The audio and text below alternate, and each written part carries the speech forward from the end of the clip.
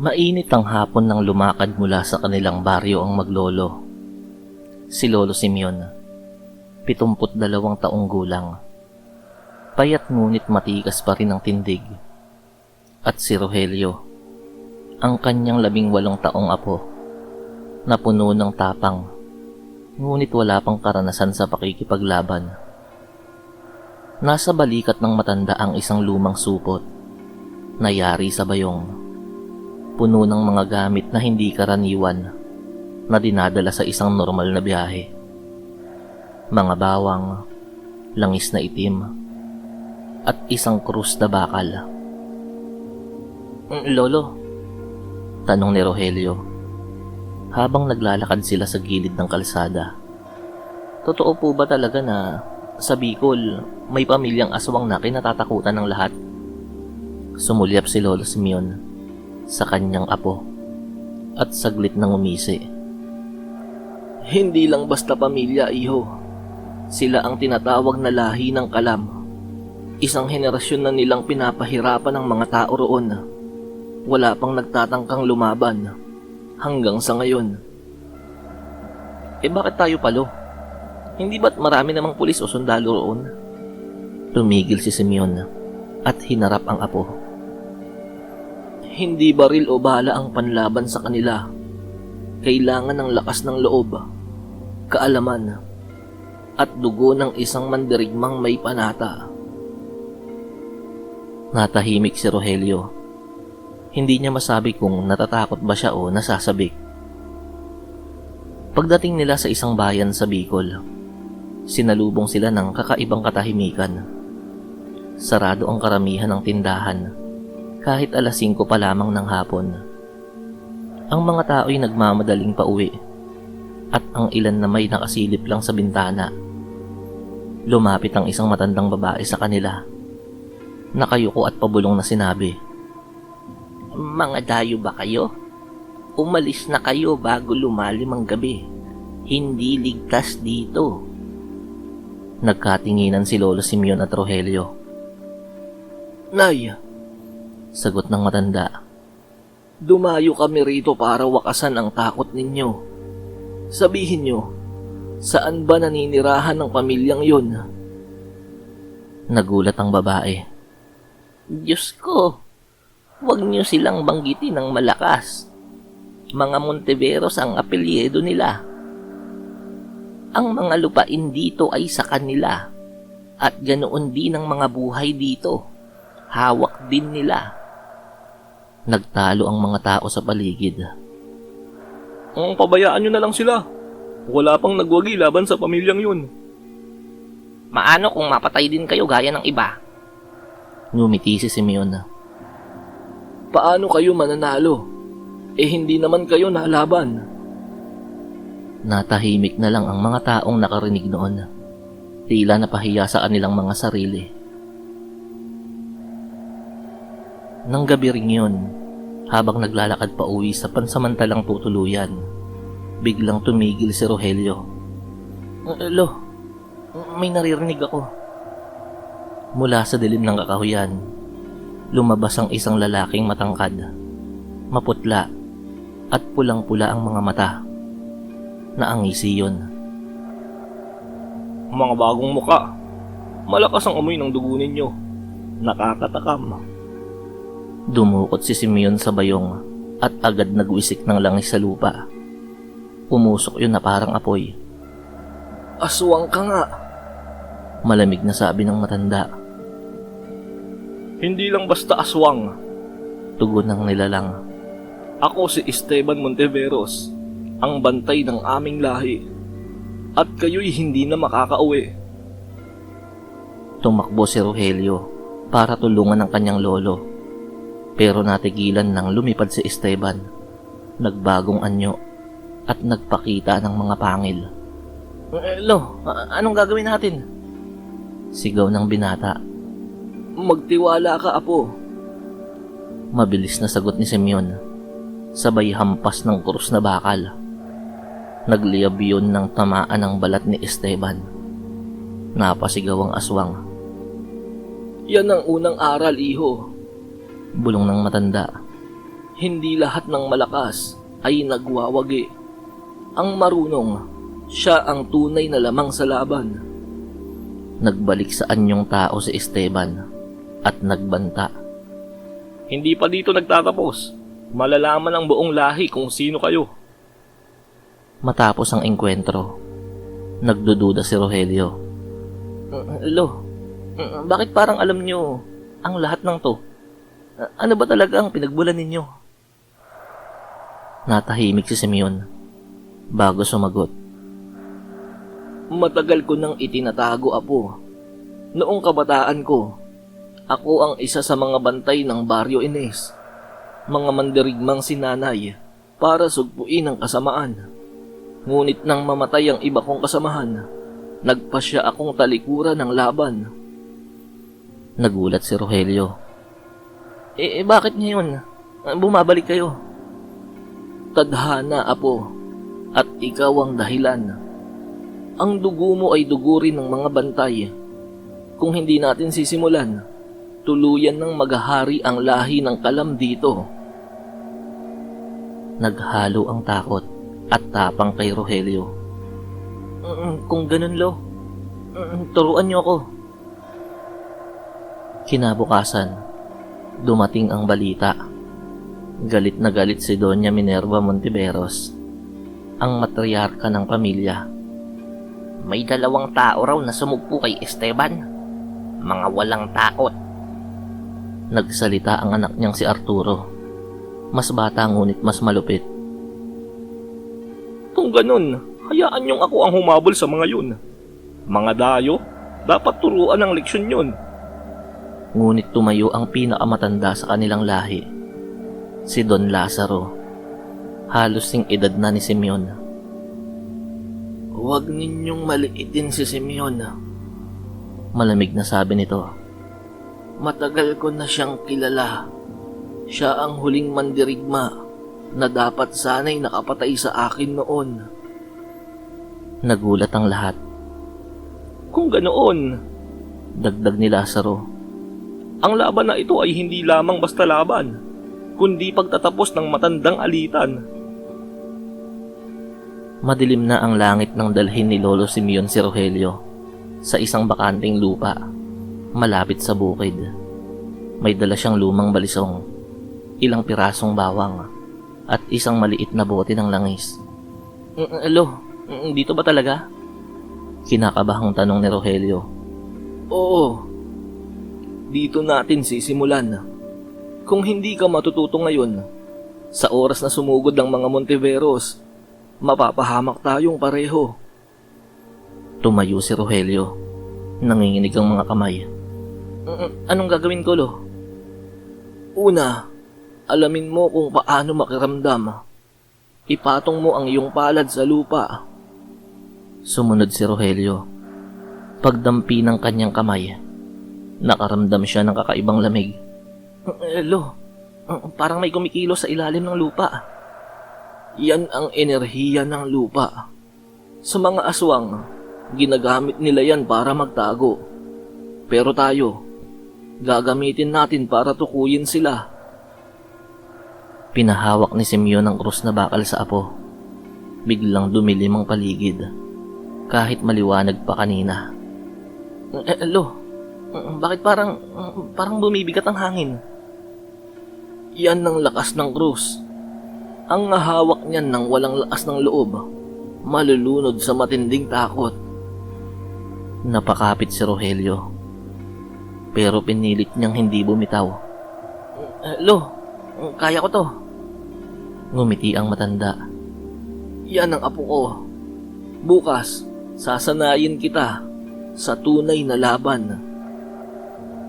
Samantala, sa kabilang panig ng bayan, nagtipon ng pamilya Montiveros. Si Arturo, anak ni Doña Minerva, ang naatasang sumugod. Nanay, Wika ni Arturo. huwag kayong mag-alala. Hindi tatagal ang 2 dayo. Huwag mong maliitin si Simeon, paalala ni Don Lazaro. Ngunit ngumisi si Arturo. Kung matanda na siya, siguradong mahina na siya. Sumapit ang gabi. Habang nagpapahinga ang maglolo sa isang maliit na kubo, biglang yumanig ang lupa. Napabalikwas si Rogelio. Lo, ano yun? Handa ka na ba, Apo? Dumating na ang isa sa kanila. Biglang sumabog ang pinto. Lumitaw si Arturo. Nakaitim. May mahahabang kuko at nagbabagang mga mata. Kayong dalawa, kayo ba ang nagpasakit kay Esteban? Tumayo si Simeon. Kung siya nga ang sumalubong sa amin kagabi, kami nga. Nagngalit ang ngipin ni Arturo. Wala kayong karapatang panghimasukan ang buhay sa baryong to. Dugo nyo ang magiging kapalit. Sumugod siya. Mabilis na parang hangin. Muntik na niyang masunggaban si Rogelio nang maagap na humarang si Simeon. Hawak ang krus. Huwag mong sasaktan ang apo ko, aswang. Tanda, hindi mo ko kaya. Nagpalitan sila ng mabibigat na hampasan. Lumiliyab ang bawat salpukan ng krus at kuko. Si Rogelio naman ay nanlalaki ang mga mata. Hindi alam ang gagawin. Lo, anong maitutulong ko? Sigaw niya. Apo, ang bawang, ihagis mo. Kinuha ng binata ang bawang at ibinato sa dibdib ni Arturo. Umusok ang balat ng aswang at napasigaw yun. Magaling, Apo. Sigaw ni Lolo. Ngunit bigla ring tumawa si Arturo. Mga hangal, ang bawang, maliit na sagabal lang, pero hindi yan sapat para talunin ako. Muling sumugod ang aswang. Tumilapon si Simeon. Tumama sa dingding. Napasigaw si Rogelio. Lumapit si Arturo. Handang wakasan ng binata. Uunahin na kita, batang walang alam. Nanginginig si Rogelio. Pero naalala ang itinuro ng lolo. Pinatong niya ang kamay sa lupa at biglang nakaramdam siya ng paggalaw. Parang may ugat ng lupa na dumaloy sa kanya. Tumayo siya. Kinuha ang balisong at humarang. Hindi ako urong. Nagulat si Arturo. Paano? Imposible. Sumugod si Rogelio at nagawang sugatan ng balikat ng aswang. Paano ko yun nagawa? Hindi makapaniwala si Rogelio. Nanginginig pa rin siya. Pero hawak ang patalim na may bahid ng dugo ng isang Monteveros. Tumayo si Simeon. Duguan ngunit na ang ngisi. Apo, yan ang unang dugo mo sa laban sa kanila. Simula pa lang to. Matapos umatras si Arturo, naiwan silang maglolo na sugatan. Alo, Wika ni Rogelio habang naglilinis ng balisong. Paano ko nagawang masugatan ng aswang? Akala ko kayo lang ang may ganong kakayahan. Napatingin si Simeon. Seryosong seryoso. Apo, may kailangan akong aminin. Ang lakas mong yun, hindi ko kailangang maituro sa'yo. Dahil likas yun sa dugo mo. Ano pong ibig niyong sabihin? Humugot ng malalim na buntong hininga ang matanda. Ang iyong ama, hindi siya basta tao. Siya ay isang Monteveros. Nanlaki ang mata ni Rogelio. Alo, ibig niyong sabihin, kalahating aswang ako? Tahimik si Simeon. Hindi lahat ng may dugong Monteveros ay masama. Ngunit nasa iyo ang pagpili, Apo. Handa ka bang lumaban kahit pa sa sarili mong kadugo? Naluha si Rogelio. Hindi ko alam, Lo. Pero kung ito ang kapalaran ko, lalaban ako. Kinabukasan, dumating ang balita na nagtipon ng buong pamilya Monteveros sa kanilang malaking bahay sa gilid ng bundok. Nais na nilang tuldukan ng banta. Kung hindi natin sila lulipigin ngayon, lalaki ang panganib. Sambit ni Doña Minerva. Dalhin sila rito, utos ni Don Lazaro, at tapusin na natin. Samantala, Sa kubo, nakahanda na ang maglolo. Hawak ni Simeon ang krus at langis. Si Rogelio naman ay ang balisong at bawang. Lo, Sabi ng binata. kahit kalahati ng dugo ko ay nagmula sa kanila. Hindi ako susuko. Ngumiti ang matanda Magaling, Apo. at nagsimula silang umakyat sa bundok patungo sa pugad ng lahi ng Kalam. Madilim ang kalangitan, parang kinain ng ulap ang buwan. Habang umaakyat sina Lolo Simeon at Rogelio sa bundok, ramdam nila ang malamig na hangin na may halong amoy ng dugo at asupre. Lo, Bulong ni Rogelio. parang hindi na normal ang hangin dito ah. Yan ang lugar ng mga Monteveros. Dito nila kinukuha ang lakas. Kapag mahina ang loob mo, lulunurin ka ng takot. Pagdating nila sa tuktok, bumungad ang malaking bahay na bato. May matataas na poste at nakaukit ang mga lumang simbolo. Sa paligid, nagkalat ang mga anino, mga aswang na anyong tao. Ngunit halata ang mga pulang mata. Lumapit ang isa at sumigaw. Mga dayo, ang lalakas ng loob ninyo. Ngumisi si Simeon. Sabihin mo sa donya ninyo, narito na kami. Pinasok nila ang loob ng bahay. Sa gitna ng malaking bulwagan, naroon ang buong pamilya Monteveros. Nasa gitna si Don Lazaro, matanda, ngunit makapangyarihan. Kasama sina Doña Minerva at ang sugatang si Arturo.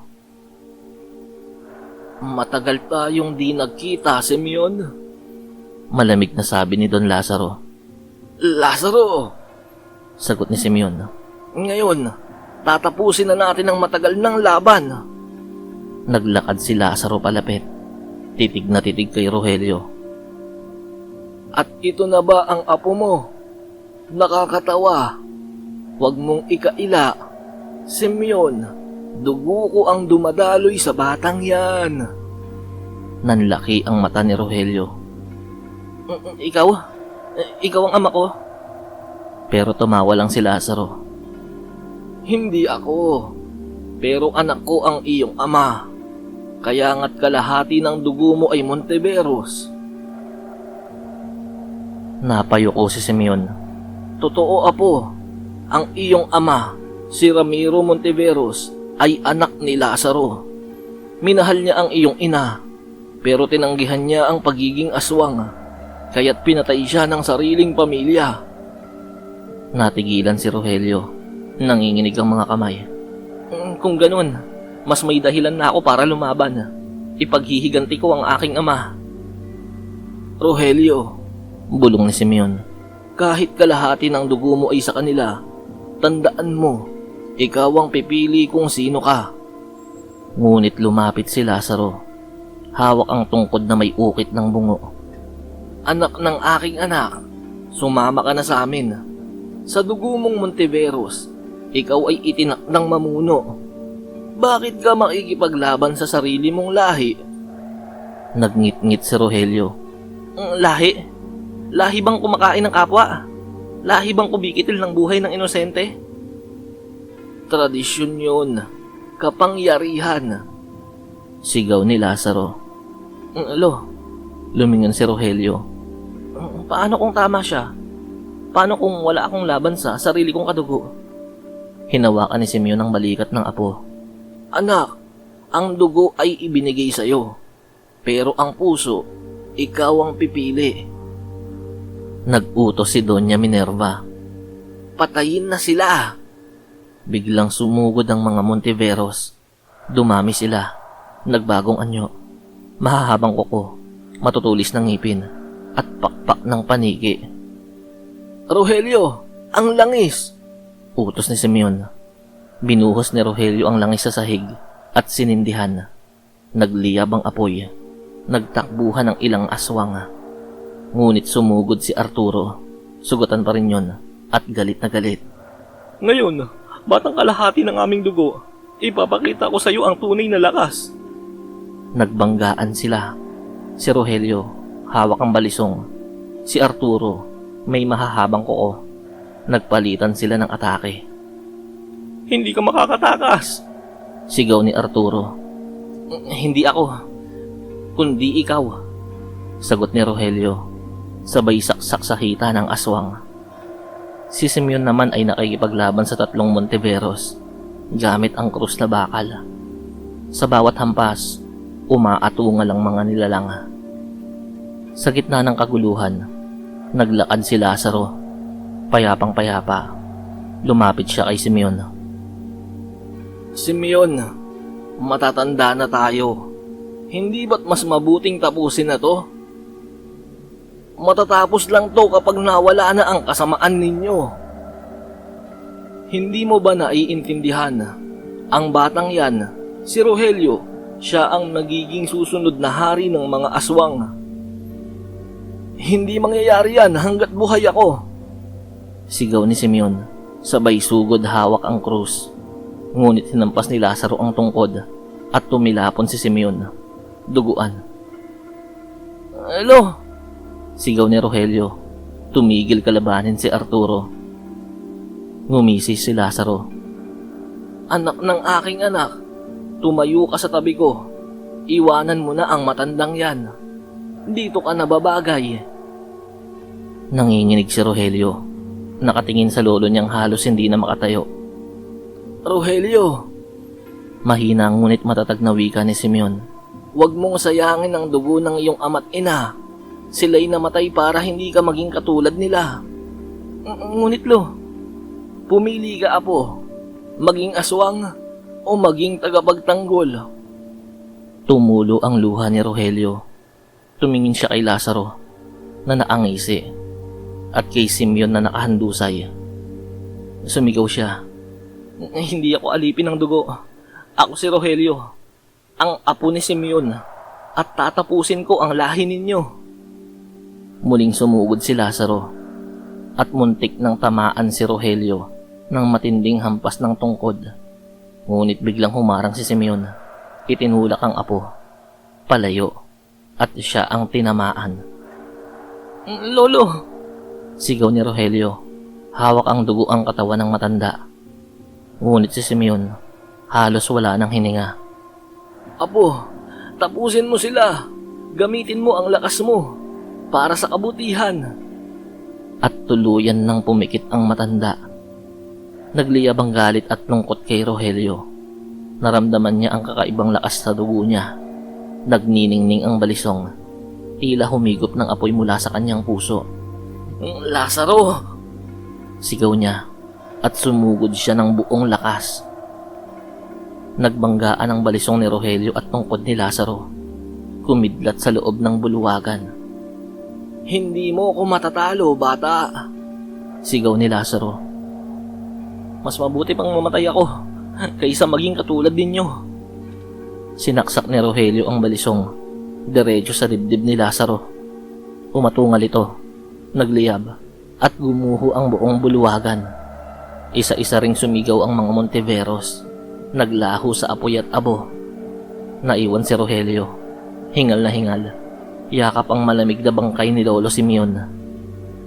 Kinabukasan, muling nagliwanag ang bayang yon ng Bicol. Lumabas ang mga tao. Malaya na sa takot. Lumapit ang matandang babae na una nilang nakilala.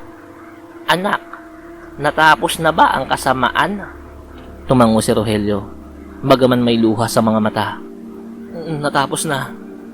Pero may kapalit. Ang buhay ng lolo ko. Ipinagluksa ng bayan si Lolo Simeon at kinilala bilang bayani. Si Rogelio naman, kahit alam niyang kalahati ng dugo niya ay Monteveros, ay nanumpa sa harap ng mga tao. Hindi ko hahayaan na muling maghari ang dilim. Hanggat ako'y nabubuhay, magiging bantay ako ng baryong to.